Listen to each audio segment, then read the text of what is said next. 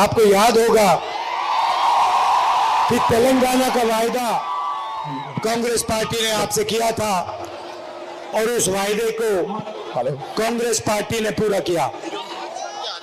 जो आपने सपना देखा था वो अधूरा रह गया। केसीआर ने आपसे कहा था कि वो तेलंगाना का सपना पूरा करेंगे, मगर वो तेलंगाना का सपना पूरा नहीं कर पाए।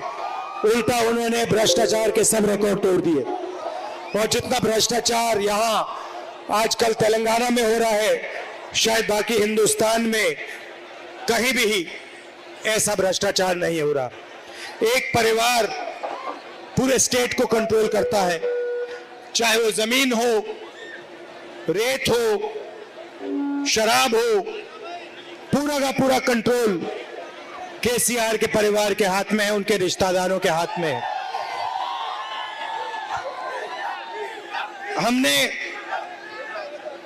मेरा आपके साथ राजनीतिक रिश्ता नहीं है, अब मेरा आपके साथ पारिवारिक रिश्ता है, मोहब्बत का, प्यार का रिश्ता है। तो मैं यहां आपको झूठे वायदे करने नहीं आया हूं, मैं आपको सिर्फ यहां सच्चाई बोलने आया हूं। चुनाव में कांग्रेस पार्टी जीतने वाली है। कांग्रेस पार्टी की जबरदस्त लहर है और जैसे ही हम यहां चुनाव जीतेंगे, हमने जो आपको गारंटी दी है वो गारंटी हम पूरी करके आपको देंगे। पहली गारंटी महिलाओं के लिए महालक्ष्मी 2500 रुपए महिलाओं के बैंक अकाउंट में हर महीने, 500 रुपए का सिलेंडर और मुफ्त में महिलाओं के लिए बस के टिकट। किसानों के लिए 15,000 रुपए प्रति एकड़ और मजदूरों के लिए 12,000 रुपए प्रति एकड़। इंदिरा अम्मा इंड्लू स्कीम 5 लाख रुपए गरीबों के घर बनाने के लिए मदद। गृह ज्योति स्कीम 200 यूनिट हर महीने मुफ्त में बिजली। और युवा विकासम 5 लाख रुपए युवाओं को स्कूल और कॉलेज और कोचिंग फीस के लिए। और अंत में बुजुर्गों के लिए चयौता 4,000 रुपए हर महीने हमारे बुजुर्गों को।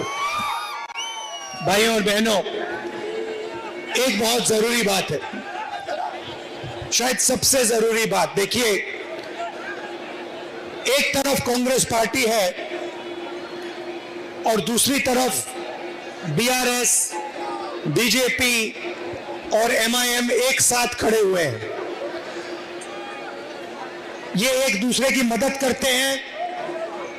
लोकसभा में मैंने स्वयं देखा, जब भी नरेंद्र मोदी जी को मदद की जरूरत थी, चाहे वो जीएसटी हो, चाहे वो किसान बिल हो, बीआरएस ने एकदम नरेंद्र मोदी की मदद की।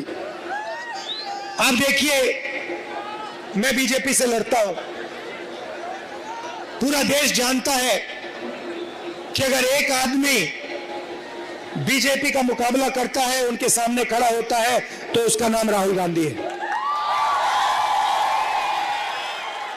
और ये मेरे लिए राजनीतिक लड़ाई नहीं है, ये मेरे खून की लड़ाई है, डीएनए की लड़ाई है।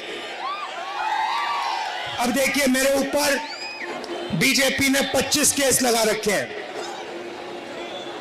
जहां भी उनको मौका मिलता है नया केस लगा देते हैं, क्योंकि वो जानते हैं कि राहुल गांधी उनके साथ कॉम्प्रोमाइज नहीं कर सकता है और नहीं करेगा। राहुल गांधी उनके खिलाफ, उनकी आइडियोलॉजी के खिलाफ, उनकी विचारधारा के खिलाफ लड़ ही सकता है। मेरा घर ले लिया, मैंने खुशी से अपना घर दे दिया, कहा ले मुझे नहीं चाहिए आपका घर। लोकसभा की मेंबरशिप रद्द कर दी। अब मैं आपसे सवाल पूछना चाहता हूं, मेरे खिलाफ 24 मुकदमे, मेरा घर छीन लिया, मेरी लोकसभा की मेंबरशिप रद्द कर दी। आपके चीफ मिनिस्टर के खिलाफ नरेंद्र मोदी जी ने कितने केस लगाए?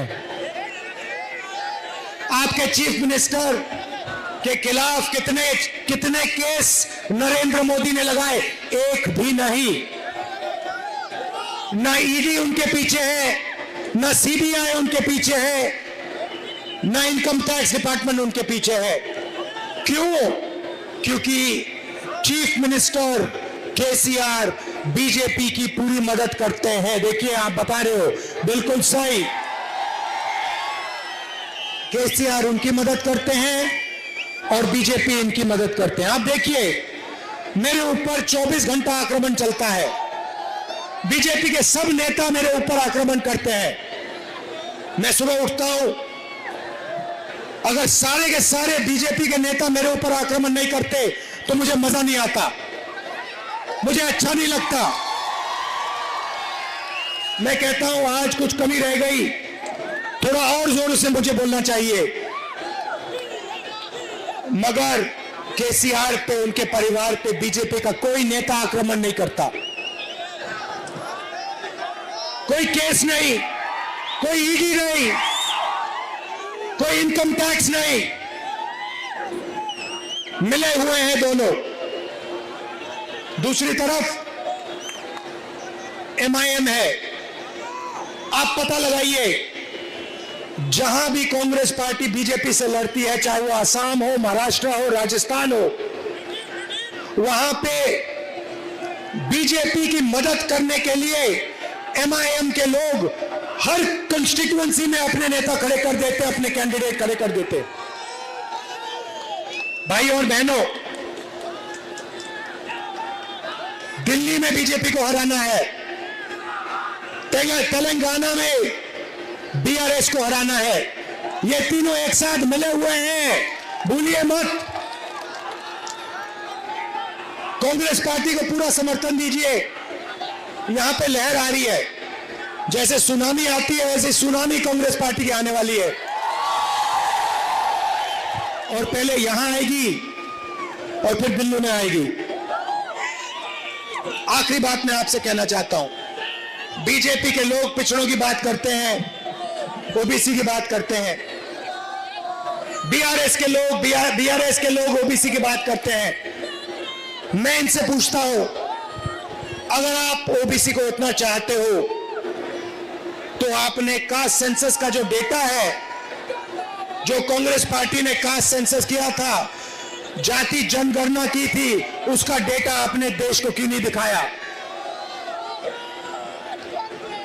जैसे ही हमारी यहां सरकार आएगी, आप लिख के रख लो, तेलंगाना में कांग्रेस पार्टी जाति जनगणना करवाएगी, कास्ट सेंसस यहां हम करवाएंगे, और उसके बाद दिल्ली में जैसे ही हम चुनाव जीतेंगे वैसे हम दिल्ली में कास्ट सेंसस करवाएंगे। और ओबीसी की सच्ची जो शक्ति है, ओबीसी को हम उनकी सच्ची शक्ति दिखाएंगे। भाई और बहनों, आप यहां आए, आपने अभी मेरे साथ पदयात्रा चली, दिल से मैं आपका धन्यवाद करना चाहता हूं। दिल्ली में मैंने आपसे कहा मेरा पारिवारिक रिश्ता है, राजनीतिक रिश्ता नहीं है। आप दूसरों से राजनीतिक रिश्ता रखो, मेरा आपसे पारिवारिक रिश्ता है।